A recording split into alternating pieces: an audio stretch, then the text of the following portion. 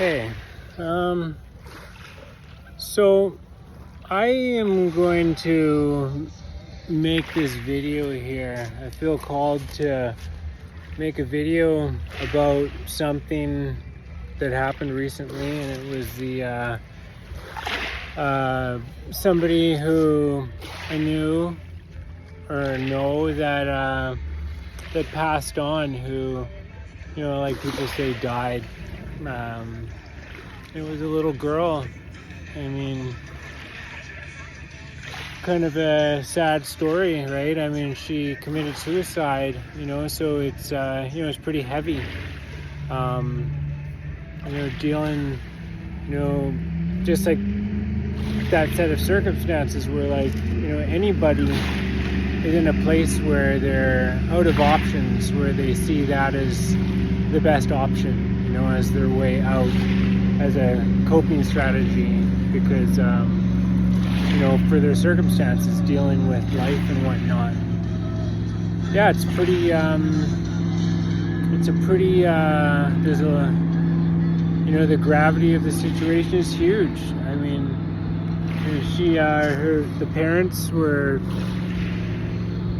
struggling, the details are, it doesn't matter, it's not what it's about, right? But so because of that, she was in and out of foster or like care homes and stuff like that. I mean, so it's challenging. My interaction with this girl, she was 14. It's young. I mean, not that age, it's a number, right? But yeah, I mean, young girl. I mean, it's pretty heavy, the way I can describe it. And she,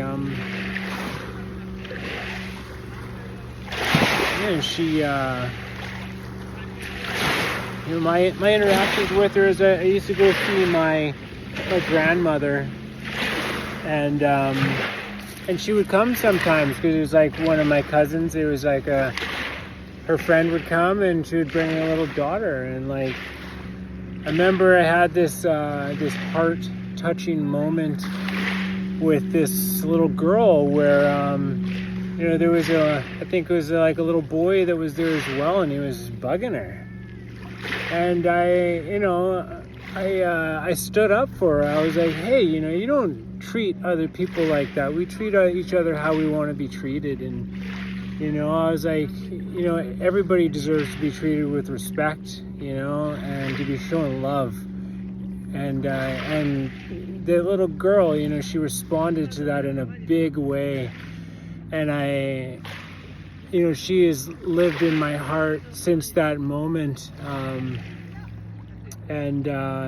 Really, really special. She just, the look on her face, and then she latched onto me, just like you could tell that she needed somebody to stand up for her, to be there for her, to recognize her, to show her love in that way, and she needed that big time, and it's apparent by, the events which have transpired recently that was the case. That little girl needed some love. She needed to be cared for, she needed a protector, and maybe she had some of that. I don't know that much, right? I had my experiences with her, but I never forget that. It was a very special heartfelt moment for myself, and I suppose for her too, and so it's tough, relating this kind of stuff to other people. If you have a spiritual understanding, certainly the scope, or the scope of possible conversations is much wider than if a person does not have much of a spiritual understanding. And so the first conversation I had, it was very good, because we understand that nothing has been lost, for starters. there is grieving which takes place, but it's like the person has already passed, their pain is over. And so, like, when you're grieving, really it's about you, and that's okay. I think that it's important to, when you have an experience like that, we know what we mean when we say, yeah, I'm experiencing loss, and then you experience grief because there was somebody who was with you physically, and now they're not, inhabiting a physical body. They're in spirit, and it's a challenge to relate to, specifically outside of a spiritual context, because you have to, you don't have that reference point. You don't, and that's what it's all about, is having a way to relate to what happened. And so bit of, but that's the thing, is like, they're here, as I understand it, heaven is right here. It's not somewhere else. It's not up there. It's not over there. Over there is right here. It is a dimension of space that is of a different frequency, of a higher frequency than physical reality. And so, but it is right here, right now. I mean, nowhere else. And so, say entities, aspects of consciousness, spirits, spirit, those who are in spirit, they're not gone, they're right here with us. And it's like, they can, when they pass over to that side, the relationship, it changes, but it doesn't end. It's just a different level of relationship. I know that when my stepmother passed, when my mother passed, my relationship with them actually became deeper, because I feel their presence with me all the time. And I know that, I have my own communications with them. I have my own, my own private way of relating to that kind of stuff, and so, yeah, I mean, like, it's a thing that came up a little while ago, is with a friend. I was saying something about an experience that I had with my grandfather. And right as I said this thing, I received a message from the other side. And it was essentially, don't talk, like, things happen. People go through stuff. You don't need to bring up, for what it's worth, negative things. And that's what I was doing. I was relaying a story about something that had happened between myself and my grandfather. And it's funny. And so, but what came from that is, like, don't talk poorly about those who are in spirit, because they hear it instantly. And, if you want to talk bad, I wouldn't talk bad about anybody. They say, if you, because if you speak poorly about somebody behind their back, it says nothing about them, because, whether or not what you're saying is true is to be said, but you're definitely the kind of person who talks about other people behind their backs and poorly. So it's just like, you want to talk bad about somebody, it's better to talk bad about the living, or just don't do it at all. So that's like one element of it. But like I was saying, this first conversation that I had with somebody was good, because we both recognize that these people who pass over to spirit, they're not, they have the expanded awareness, and so they're not in pain. I think that, but it, if there was a challenge, it is seeing those who are still living having a challenge with it, going through this experience of, okay, well, something is lost, this wasn't supposed to happen, it was a mistake, that it was bad. And it's like, with in that conversation, it's like we understood that, this person came into this life to fulfill this contract, like they were born into a specific place and time, with parents, to walk this path and to have this type of experience, to go through this, and to, eventually, she took her own life. But, that is part of the soul's contract to come here and do this. And it's much deeper than you could even imagine. I mean, just like sitting here, because of how this happened, it awoke something in me. Like, I've been on the fence about reigniting this YouTube channel, but I just couldn't bring myself to doing it. But because of how this has impacted a number of people around me, I just can't bite my tongue anymore. And like I just got back from like a wellness festival, and I do bite my tongue sometimes, like physically, and then that went away when I went to this festival, because I don't have to bite my tongue at like a yoga festival. And then I've come back and I've had to, maintain my expanded frequency in the everyday life, with work and people who weren't at the festival and are, spiritually orientated and whatnot. And, all of a sudden the symptoms started coming back.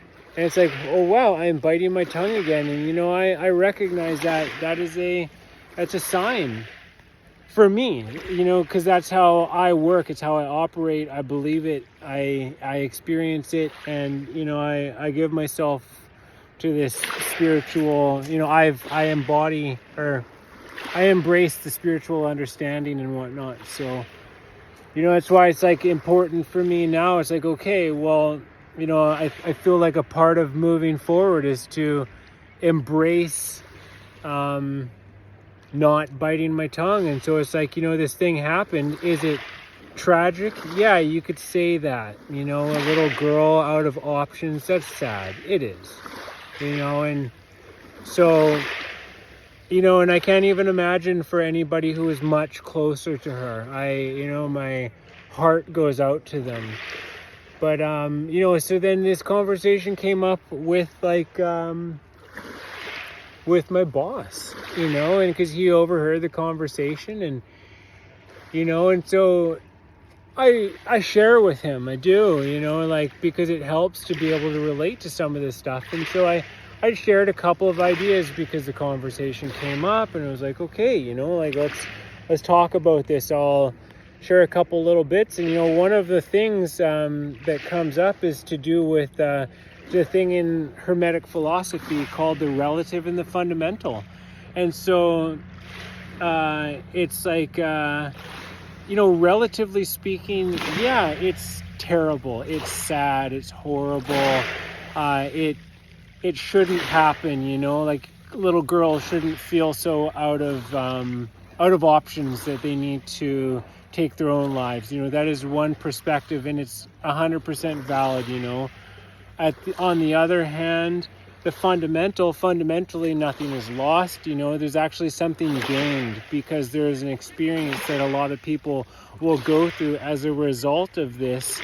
And, it has changed me. I cannot speak for anybody else, but it has impacted me deeply enough to cross this boundary and start making YouTube videos about stuff again. And it's like, that is the last straw for me. So it's like, and I can feel her presence too, especially sitting here making this video. I have my own connections to spirit and whatnot, and I can, I'm receiving guidance that, it's important to talk about these kind of things, and, to relate that spiritual perspective, because it's one that I have. It is something that I've been gifted with. It's something that I'm blessed with. And so, I'm going to start making more videos about this kind of stuff. But so that's the thing. So like the relative is like, yeah, it's sad, but fundamentally, if we know that nothing is lost, and that the relationship continues, and that she's always with us, and then we look at the positive, we look at the, well, what joy came from her life. We reflect on, like the celebration of life. We don't look at it as, something bad that happened, we look at all the good that came from it, and the good that will come from it, and maybe the changes that some of us will make in our lives. Maybe we'll reach out to other people that we might not even know are struggling, because I tell you, that little girl is not alone. There are so many people that are struggling with issues, be it depression or sadness, different things that come up in life. It's hard, for all of us, myself included. I have an existential crisis sometimes, like every week or every month. It's a lot to wrap your mind around life and why it is the way that it is, and why we have to experience certain things. And so like, that's that thing that fundamental is this, like, understanding. I guess a part of it is understanding that, like, how it all comes into play. And it's like, for what it's worth, like, I'll use a word very, very softly, and I have a bit of a different understanding of this word, but it's God's plan.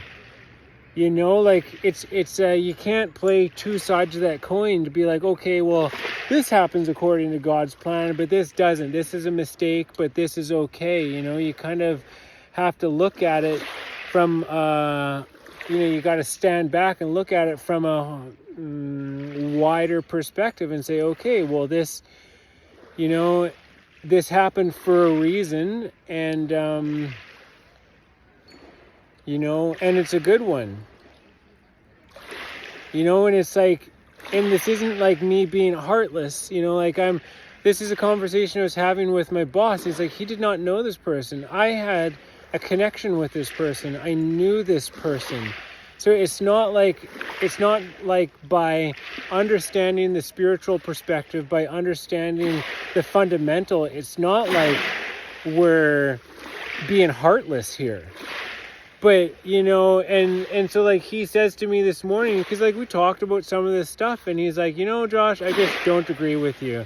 He's like, this is tragic. It shouldn't have happened. It's like, and the issue is that you can look at all of life like that. You can be like, okay, well, I was married some years ago. I'd be like, and it was hard for me when we got divorced, and you can say this shouldn't have happened, or, like, say, but it's like that with every aspect of life. You can look at the things that happened and put a negative spin on it and say, okay, well, this is bad, this is wrong, this is terrible, there's no value in it. And then all of a sudden you're making judgment calls and you're making assumptions and, putting a negative spin on it. Whereas, like, it doesn't have to be that way. So, yeah, I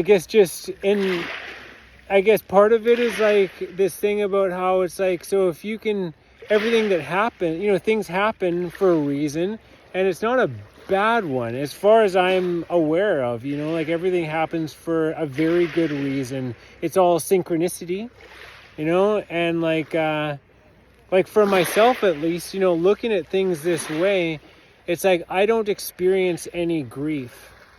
I recognize these different elements of what's going on, but I'm not distraught. I'm not hurt. I don't feel like I've lost anything. I don't feel like something bad has happened.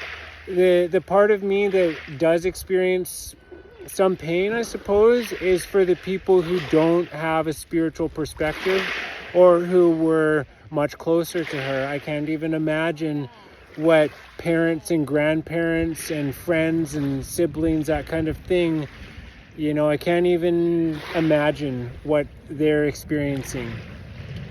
I can relate to when my mother passed away a few years ago. She lived on the street for a good portion of her life, and she was in and out of psychiatric hospitals, and just very misunderstood, very hurt. And then multiple bouts with cancer. And then, when she passed, we were by her side, and, there was a sense of relief for the family, because it's like, okay, this person has transitioned to the other side. And it's like, yeah, that was a hard life. It was hard for her, and it was hard for the whole family. But on the other side of it. Now everybody's moving on, and we take what we have learned from the situation and grow from it. And yeah, I just so I relate to it like that. And it took me some time to actually to break down and cry.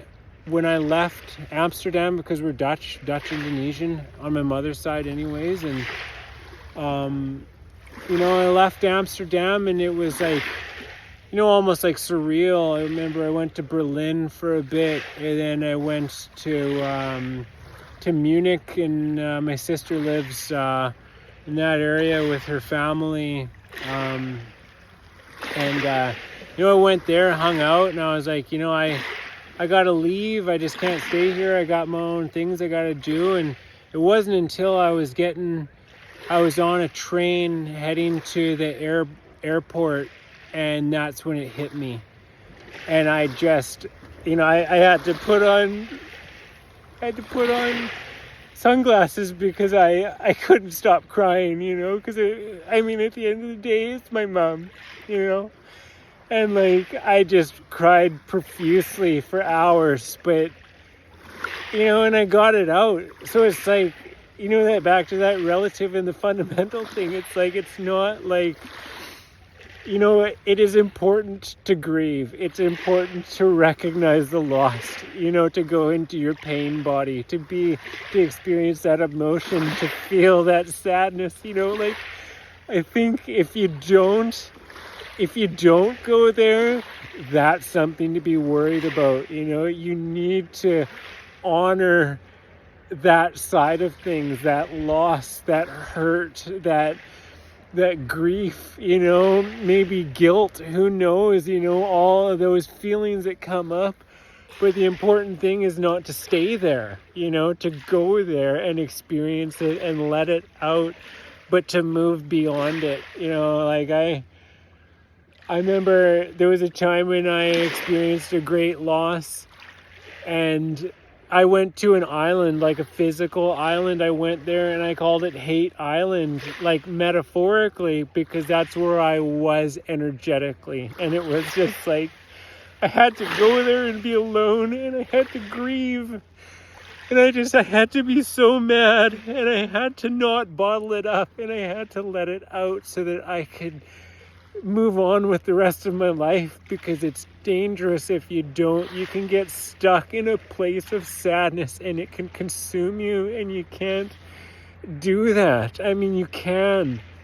And if that's your path, maybe that's your path, but for me, it's not an option. I have other things that I need to do, that I feel called to do in my life, and so it's important to process that stuff properly. And remember, I went to a funeral. There was a friend who died, the spouse of my uncle, or she didn't die, because we don't ever die. Energy, never ceases to exist. It just transforms. Energy isn't created or destroyed. It just is. There's an isness. Like they say, it's like, if you, all that is the universe, if you are an aspect of that, if you didn't exist for a fraction of a second, the universe would fall apart. All that is wouldn't be all that is. We are eternal, infinite beings, right? But, and this woman, she passed away, she passed over, and it was very sad, went to the funeral, and then a couple weeks, I think 2 weeks later, her son made the transition as well, because when you don't let go, it can have an effect where you're just not ready to be, don't want to be here, essentially, and a circumstance will bring you to the other side. If you're not ready to let go, if the connection is that strong. So it's that's why it's very important to let go, to have a process of letting go, of having a way to relate to the things that happen and to move on, because that can happen. And so this family, there's a mix of Chinese and also American Indian, or like First Nations people here, the indigenous people here in Canada. And like, so with the Chinese side, there's this tradition where, you know, at the funeral, there's all of this, there's all these candy and sweets and things, because you need this sweetness to get the bitter taste out of your mouth.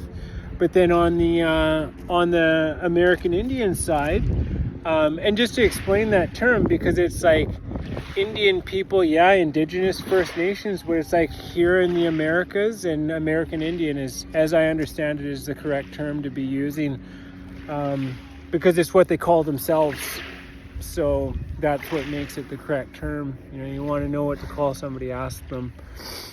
And so they say, you know, like it is very common. They see it all the time, especially with a mother and a son, because there's a strong bond there with a father and a daughter, or with a spouse or something like that, where somebody isn't ready to let go, and then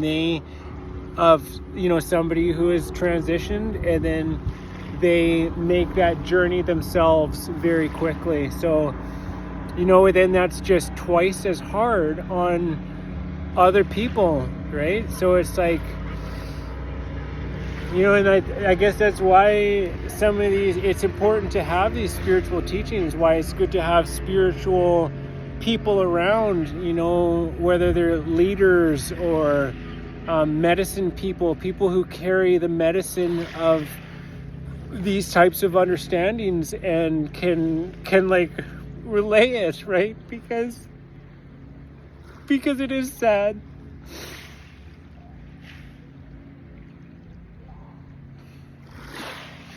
But we can also move on. So, you know, I'm not big on naming names, right? But I will tell you something. Like, this girl, her name is Nevaeh, and I say is because she's still with us, you know, and now she is, which is, the name means, it's like heaven backwards, right? And then now that's where she is, because like hell is not a place where you go when you die. It is an experience that we have in physical life, you know. It's something that we can create for ourselves, or something that we can go through. We can go through a living hell, but you know, like, there is only spirit on the other side. There is an expanded state of awareness, and that is where our loved ones are, you know, and that's where she is. And so, you know, aside of in our hearts, you know, in our memories, and in our prayers. So